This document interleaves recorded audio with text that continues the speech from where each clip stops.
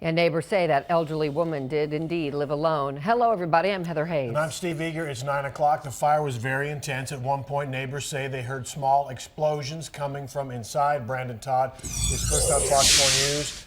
And these neighbors are really hit hard by Mary Davis's death, Brandon. Well, they are, because all of them knew her and knew her very well. You can see this house back behind me, and as we zoom in to the top, you can sort of see the fire damage there on the second floor where that smoke spread. It does appear that this fire is accidental, and as you mentioned, it did take the life of a woman in her 70s, described by everyone here as a very good neighbor. So I knew there was something going on in there. Paul Monreal heard a popping noise, looked outside, and his heart sank. Flames were shooting out of his next-door neighbor's house, and he knew his neighbor, Mary Davis, was inside. So I ran out there to the front and opened that door, but it was the house was just full of flames inside.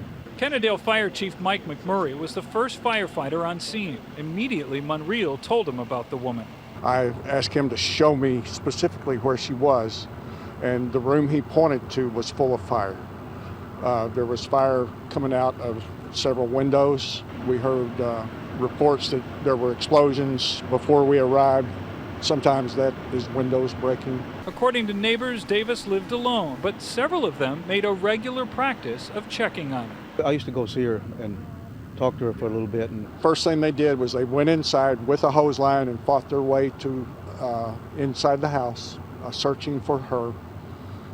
Took a while to locate her. She was down on the floor, but they did find her. She was deceased. Well, she wasn't failing health, but she was still, she knew everything. She was a smart lady. The woman was found downstairs near the staircase. She was located about 12 feet from the back door. You think she was trying to escape? That would be my assumption. Investigators say early on this looks to be accidental. And they say it looks like the fire had been burning for a while before neighbors ever saw it.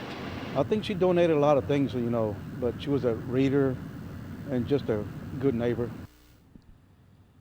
All right, back out live here again. Investigators inside just trying to sift through what is left here. We are told that the woman had a breathing machine, an oxygen machine in the house. Not sure if that contributed to the fire. We're also told that she was a heavy smoker.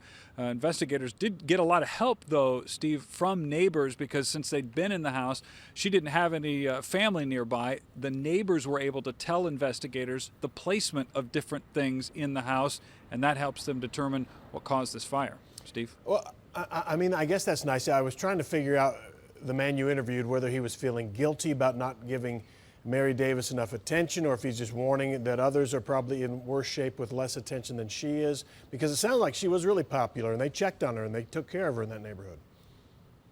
Yeah, she was, and everyone sort of looked out for her. Like I said, she didn't have a lot of family members nearby, so these neighbors sort of acted like her family. They came in, they talked to her, they got her things she needed, and again, she was in failing health according to them, so they really felt sort of almost even obligated just to help them out. And he said that's the way every neighbor should be. Right, all right.